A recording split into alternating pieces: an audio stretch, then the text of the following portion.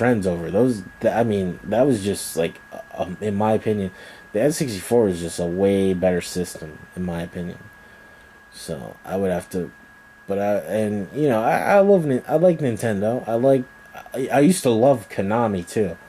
I would probably add Konami to that list. Sega, Capcom, Konami, old school Nintendo, Rare, and Aki are my favorites. And to a certain extent, Midway, because of Mortal Kombat. So, yeah. Next questions are from Higgsy2000. And he asks, would you ever do a podcast with the future king?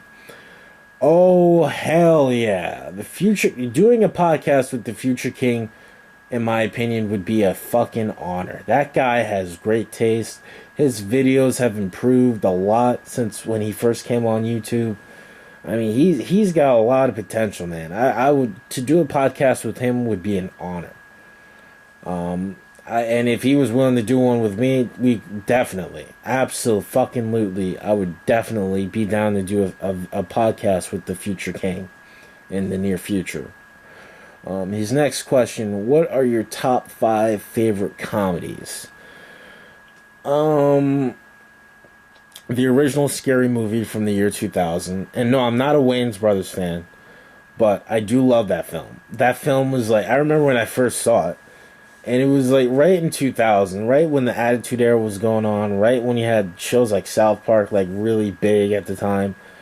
Jerry Springer was still really popular at the time. And it was just like, you had movies, you just had like so much raunchy content in the late 90s, early 2000s. It was just like every day was like spring break. And everyone was acting like every day was spring break. Because that's just how the 90s were. We didn't give a fuck. It was just so it was that era in time where just everything was just like wow. Like it was just out there.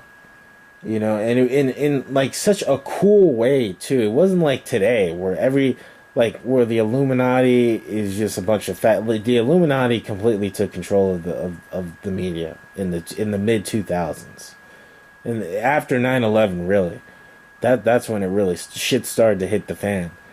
But I mean, you go back and watch the original Scary Movie, it is hilarious. I would also add Harold and Kumar Go to White Castle, the original Anchorman, the first Anchorman movie, even though the second one wasn't that bad either. Jay and Silent Bob Strike Back, my favorite all-time Kevin Smith movie. I would even add, The Interview with Seth Rogen and James Franco. I really love that film. That was a hilarious. I would have to probably say those are some of my top favorite comedy films of all time. Even films with like Will Ferrell, like even like a movie like Kicking and Screaming. Only a guy like Will Ferrell could make a soccer movie that's PG, fucking hilarious as shit. Like Will Ferrell, going back watching Dumb and Dumber with Jim Carrey. I would love to see Jim Carrey, in his prime Jim Carrey too, 1990s Jim Carrey with Will Ferrell and James Franco in a movie. That would be fucking epic. That would be like the end-all, be-all comedy films. Like everyone, I don't even know if that movie would be possible because I don't think they would work together. Because everyone would literally try to outdo each other. Everyone would outdo each other. Like, just like how Tommy Lee Jones tried to outperform Jim Carrey in Batman Forever. He tried to make Two-Face more retarded than he should have been. He should have been a serious character. But, Tommy Lee Jones was trying to make Two-Face just this way too charismatic, way too over the top, like he was the fucking Joker. And, I mean, I don't know if that would work. Because James Franco, I mean, he literally hijacked the interview from Seth Rogen. Go back and watch the interview. James Franco hijacked that entire film. He hijacked it. It wasn't even like, Pineapple Express when they were both funny. No, he hijacked this entire film. He is the star of that film. He had the funniest lines. He had the funniest everything. Everything he did in that movie, he stole Seth Rogen's entire, like he just stole the spotlight from Seth Rogen in that film. James Franco literally could have done that movie without Seth Rogen. Without he could have done that movie all by himself. I mean, he was really. I mean, that movie. He just proved that he should do more comedy. But yeah, those are just some of my favorite comedy films of all time. Spur Steel. You heard rumors about Soul Calibur 6. What's your thoughts?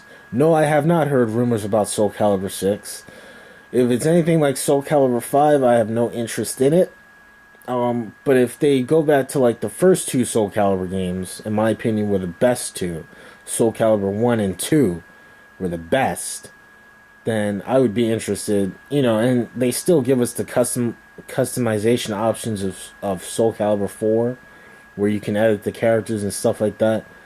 And I can make Taki and Ivy naked. That would be, or like in a bikini and lingerie. Then that would be a really good game. Then I would be interested in the Soul Calibur 6. His other question: what's your favorite characters of the Soul Calibur franchise? Ivy, Taki, and Nightmare. Those are my top 3 favorites. Nightmare is a total badass. I do like Necrid from Soul Calibur 2 as well. But yeah, I love Ivy and Taki, man. They're fucking. I would have a serious 3-way with those chicks. I would. Yeah, I don't give a fuck. Next question is from Night Night. What is your best gaming controller of all time? I would probably have to say maybe the PS2 DualShock. And again, I know this is coming from somebody who said he doesn't like Sony in gaming. But the PS DualShock, in my opinion, perfected what was the SNES controller. I would also have to say I do, and I'm not a fan of the console, but I do like the Xbox One controller. Because I like the Xbox 360 controller as well, but I hated the D-pad on it. And the Xbox One actually fixes the D-pad. The D-pad on the Xbox One is much more fluid, much better in your fucking hand. Has a much better feeling in your hand. No homo. Yeah, I know that didn't sound right, but I mean, it's a much more comfortable controller. Surprisingly enough. Because when I played on Titanfall on the Xbox One, that controller was really comfortable. So yeah. And his next question is, do you think that the American dollar economy is going to crash under Trump? Most likely. Most likely. I don't have faith for America, and I don't really want to talk about the future of this country. I'm not interested. It's going to be what it's going to be. Next question is from Red Wolf 316. What are 5 gaming franchises you would bring back? Devil May Cry, Quake, Unreal Tournament, Perfect Dark, and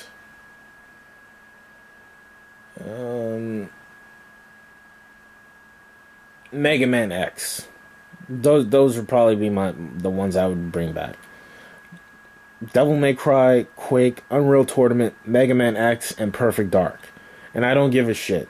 I would want Perfect Dark to be made by Free Radical, the people who made the Time Splitters games, because most of the people who worked at Rare during its heyday now work for Free Radical, which is now part of Crytek and all that. So I would want them to make a true Perfect Dark 2, the true sequel that we've all been waiting for the N64 days. I would want fucking Platinum Games to do a true Devil May Cry 5. Capcom needs to just allow that to happen. And I want to see it and Bethesda just make a true Quake 5. Or not even Quake 5, just a new Quake game that's just fucking, like, just really, really good. Because I'm a huge Quake fan, so. And he also asked, what are 5 gaming franchises you think needs to die? Uncharted, Assassin's Creed, The Last of Us. As a matter of fact, pretty much any first party game from Sony. Any first party game from Sony. They all need to die. And this includes God of War, because they don't know what the fuck they're doing. The new God of War looks like shit. Next question is from Lord of Darkness, a really cool dude. If you could go back in the past and change anything to prevent this shitty generation, what would they be? I would do 2 things. I would go back in time and tell Tom Kalinske to stay with Sega of America. Do not quit. And do not let Sega of Japan tell them what to do. I would literally tell Tom Kalinske to be more aggressive.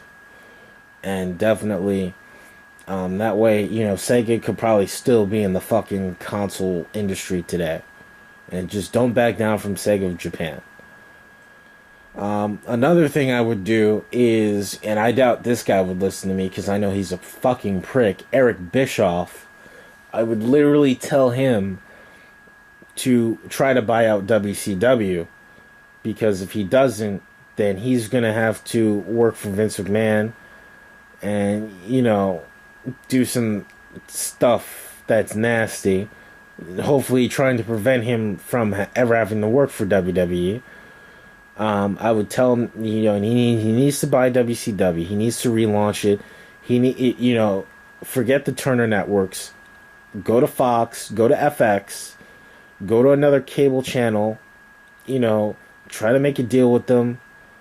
And I would do the same for ECW. I would literally tell Paul Heyman, hey, listen, right now, just put your promotion on DVD until you get a new network, because you don't want ECW to go out of business.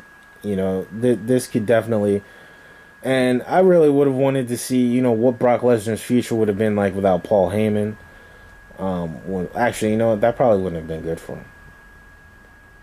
And I doubt Brock Lesnar would go to ECW, because if they had never met, Brock would never go to ECW because he wouldn't get paid. And the only reason Brock Lesnar's in the wrestling industry is to make money. Paul Heyman would probably bounce his fucking check, and they probably would have had a falling out. But still, if it allows ECW to stay in business and WCW to stay in business, I'm all for it. So those are just some of the things. I would also, even though it wouldn't have done much, because the powers that be would still find a way to fuck this country up, I would try to prevent George Bush from winning the 2000 election and the 2004 election. I would literally try to make it so Al Gore can win. Not because Al Gore was a better candidate, but because George Bush was a piece of shit. So yeah, those are just some of the things I would have tried to have done. Next question is from Deathstroke. How would you change today's wrestling, and which wrestlers would you pick to main event Raw and SmackDown? Well, first of all, I would have to do a complete re-overhaul. We would have to do a complete re-overhaul of the entire product. Almost everyone's gimmick is going to be changed. Most of the vanilla midgets are going to be fired and shown the door. Guys who I would keep Samoa Joe. I would keep Brock Lesnar. I would literally be keeping guys who I feel like are underrated. I would keep Braun Strowman. I am going to keep Dean Ambrose. I know that's an unpopular opinion, but I'm going to give him a Joker gimmick. I'm going to make him wear face paint, and he's going to be kind of like this grungy, dirty clown character. I'm going to make him kind of like It. It meets the Joker. Pennywise meets the Joker. I'm gonna have him like this dark, gritty character with a horrible backstory. I'm gonna take Seth Rollins and just make him like Raven. He's not gonna be this annoying faggot who smiles all the time and has bad mic skills. He's literally gonna be this depressed character, similar to like Scott Levy's Raven character. I'm gonna have it so the Undertaker can put Roman Reigns and his stable instead of facing Roman Reigns. Roman Reigns is gonna be like the new. I'm gonna give Roman Reigns a mask too. Well, actually, no. You know, I'm not gonna give Roman Reigns a mask, but I am gonna make him part of Undertaker. He's gonna have a new version of the Ministry. Roman Reigns is gonna be a part of it. I would bring in Abyss into the company because he knows how to work hardcore wrestling matches. I'm bringing back the WWE Hardcore Championship. That's a must. We're gonna have to bring that back. I don't give a shit. We need hardcore wrestling back. Fuck this technical wrestling shit. It's overrated. The Peachy, that's done. The program's gonna go back to TV 14. We're gonna see chicks stripping down to their bra and panties again. Enough of this politically correct bullshit. The whole product is gonna have an overhaul. The logo is gonna change. The Titantrons are gonna change because I'm sick of this boring ass. I hate looking at the WWE Titantron and thinking of the MTV Music Awards. Like, wrestling is supposed to look gritty and dark and edgy, kind of like the UFC. It's got this edge to it.